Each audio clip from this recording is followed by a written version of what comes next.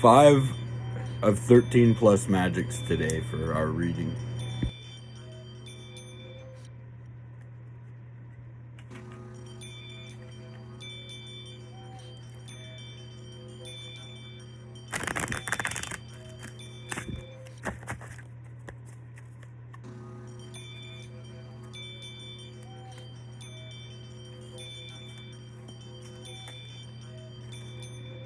And I'm gonna read you from the notes here. They're kind of extensive, see. So we're gonna start with water. What pain is precipitating, resting solid, thawing, evaporating, and illusory of mirage. And then we're gonna move to woodwind life, to see what jealousies are seeding, rooting, or sprouting in the struggle between awarenesses noting on Earth and such. And then we're going to move to what the envy of fire and what warmth is contagious, growing, feeding, and nourishing. And then from that, we're going to move to from fire to earth, for what fear is fixing, grounding, solidifying, falling from smoke, settling ash, or whatnot. And then from earth, we're going to move to the Fae, to the metal, lightning rod of care, calling for surface tensions, splitting sword of truth and such. And I just wanted to give the preempt of how the reading's going to go by just carrying my notes forth to y'all, and you can take the reading as it comes here. Okay, for the pain of water, what Cenobites are floating around in their schools here?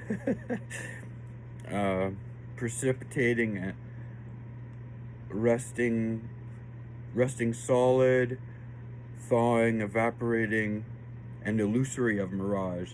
From pain of water, we have today was the Page of Wands.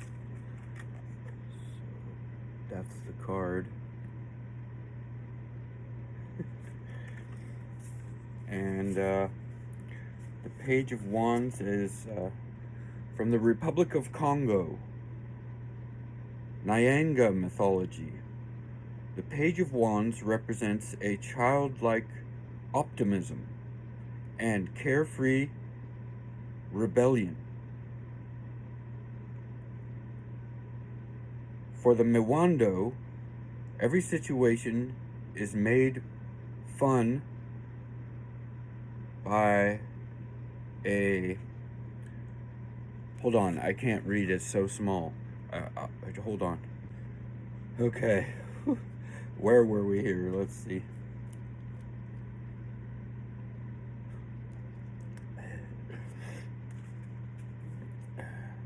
We were with the Page of Wands in the element of water from the teachings from the Congo.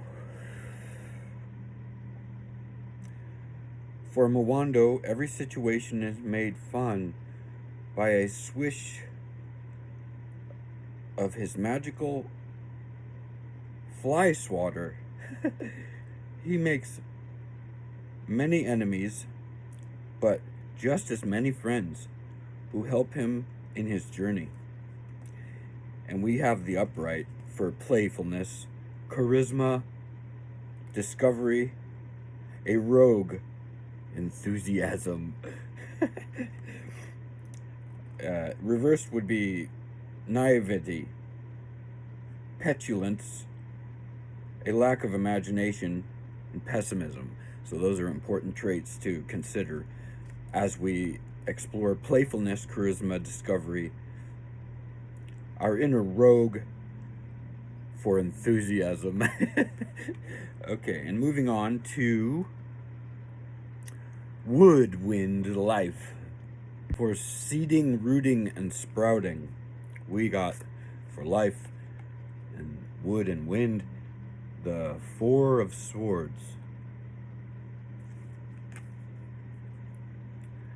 Okay, so the Four of Swords, Fenrir from Norway, Norse mythology. The Four of Swords signals a pause in battle. The Norse gods know that the wolf Fenrir will bring about the end of the world. So they have him bound and chained. While he still represents a threat, for now there is respite.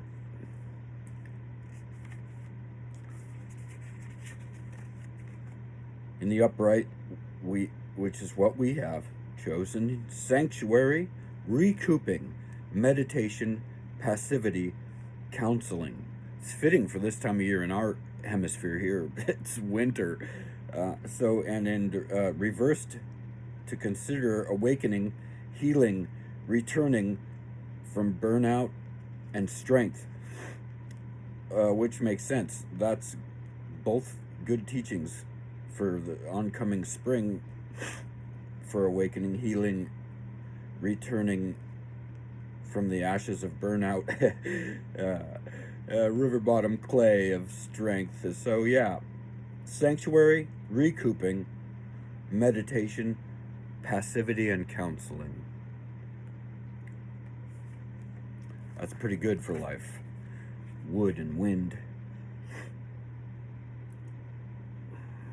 Air. Okay. And next we have for fire. What do we have for fire? For fire, we have, discerning judgment. It makes sense. It's good. These readings are fun, aren't they? Kind of, right? Okay. So judgment looks like the alter ego of the jaded masculine emperor. Yes, the audience is the one wearing no clothes here today. Let's see. Sun Wukong, the Monkey King, China, Chinese mythology. Judgment of fire. What is contagious of envy? Growing, feeding, nourishing. The judgment is the reckoning, the decision. I threw that in there. An ending before the start of a new beginning. Past actions and decisions determine future events. You have learned your lessons. You are doomed to repeat your mistakes over and over, if you haven't learned your lessons. Upright, judgment, forgiveness, a change of perception, absolution of contingencies and rebirth. Reversed, oppression, lack of self-awareness, failure, repeated mistakes, self-loathing. So we don't want the reversed. We don't need that too much. I mean, we can recognize where where our own fires take up our fuels faster than we can have them in place or something. So judgment, forgiveness, a change of perception, absolution, and rebirth. What a great card for fire today. Okay, moving on to earth. And for earth, what fear... Oh, and I forgot to mention the jealousy was the key in our reading, the style of our reading today for life, which kind of makes sense because we're all struggling with that.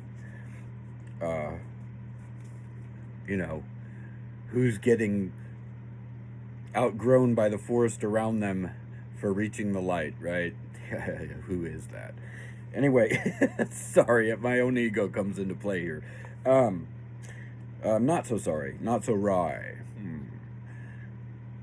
So we have for earth, fixing, grounding, solidifying from smoke, settling, ash, drawing from fear, fixing, grounding, solidifying, falling from smoke, settling in from ash. We have, what is the water bringing back to us, to earth? We have the Knight of Swords.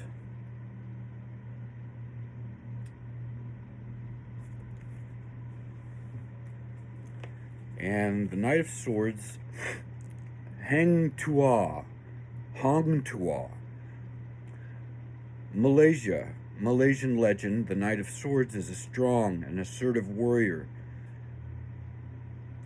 Hang Tuah, an intelligent soldier, is unafraid of leaping into battle and employing unconventional techniques to win.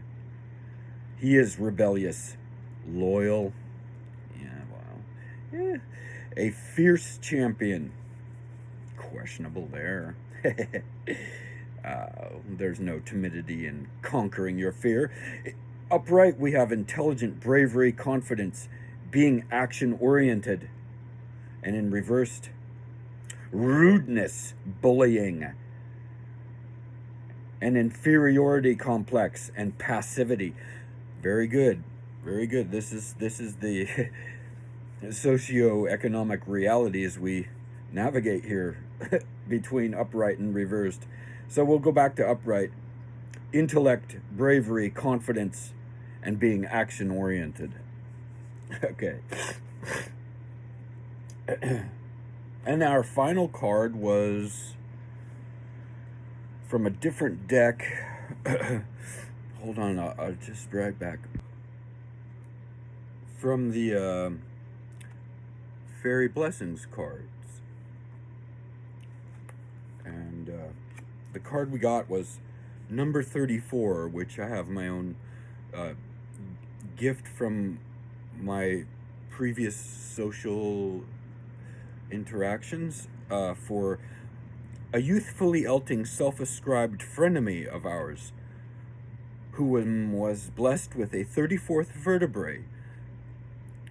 So that accepts some care of tying style to share laces here. We have the blessing of Bridget's flame. Aw, makes me want to just be me. Okay. A blessing of Bridget's flame.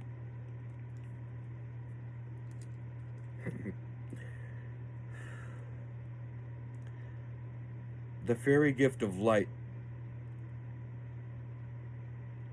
The fairy gift to light the dark spaces, to bring spring to the heart's winter.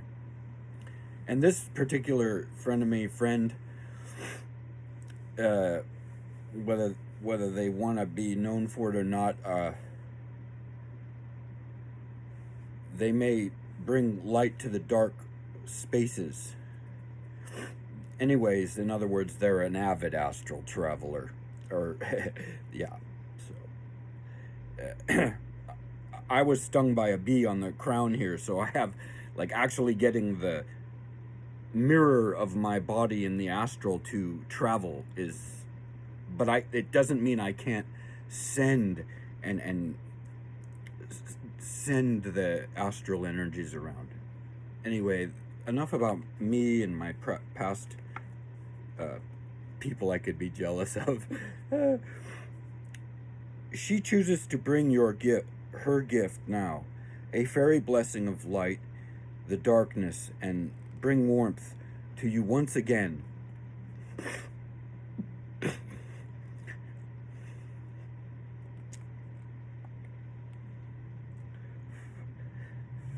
Her heart is aflame, her eyes like two green lakes, and her hair a field of gold.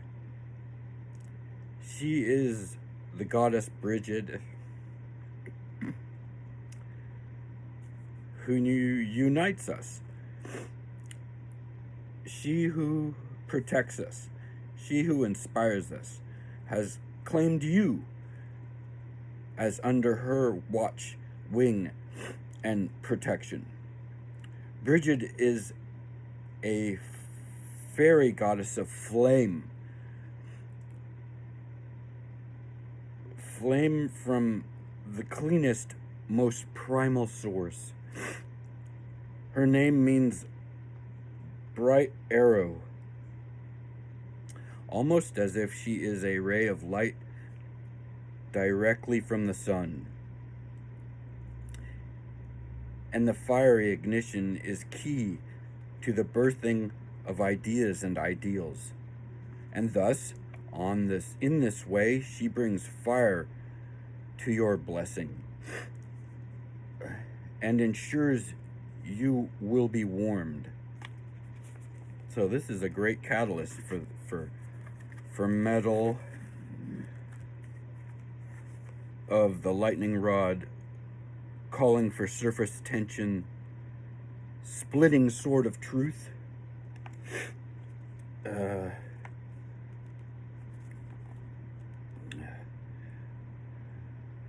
And this fiery ignition key is key to the birthing of ideas and ideals, and thus, in this way, she brings fire to your blessing and ensures you will be warmed, that sacred hospitality will reign, that all will be welcomed, that solar light will burn brightly for you.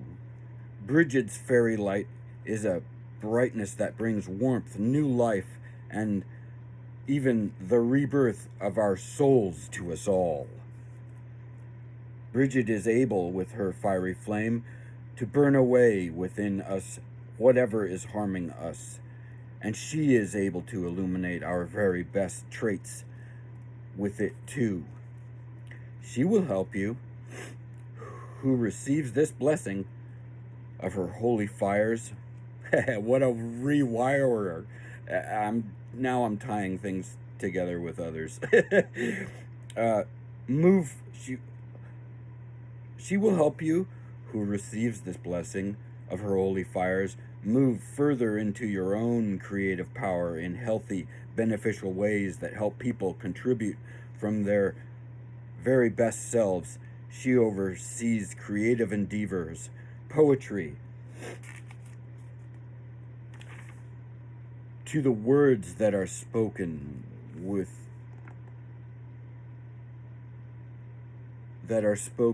touch your souls. She is a smith of mirth as well, so she helps us create alchemy, the bringing together of differences in contrast through order to create something greater, something united.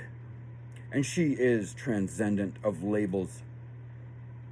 Call her what you will, goddess, saint, pagan, fairy woman.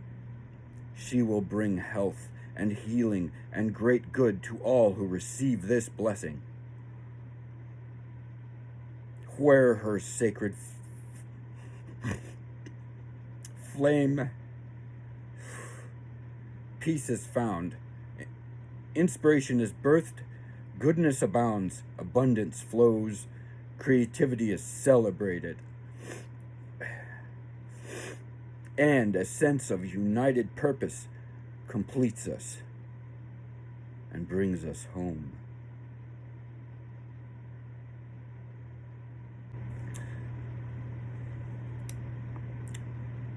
She is the fairy goddess, and she has walked forward with a candle lit from a flame within her heart, and her fire shall unite and delight you, who receives its gift this day. Blessings, human child. And may Bridget, the swan, the nurturer, the sword maiden, the mother, the fairy goddess of the old lands be with you. Now, well, that was freaking awesome. Best one yet.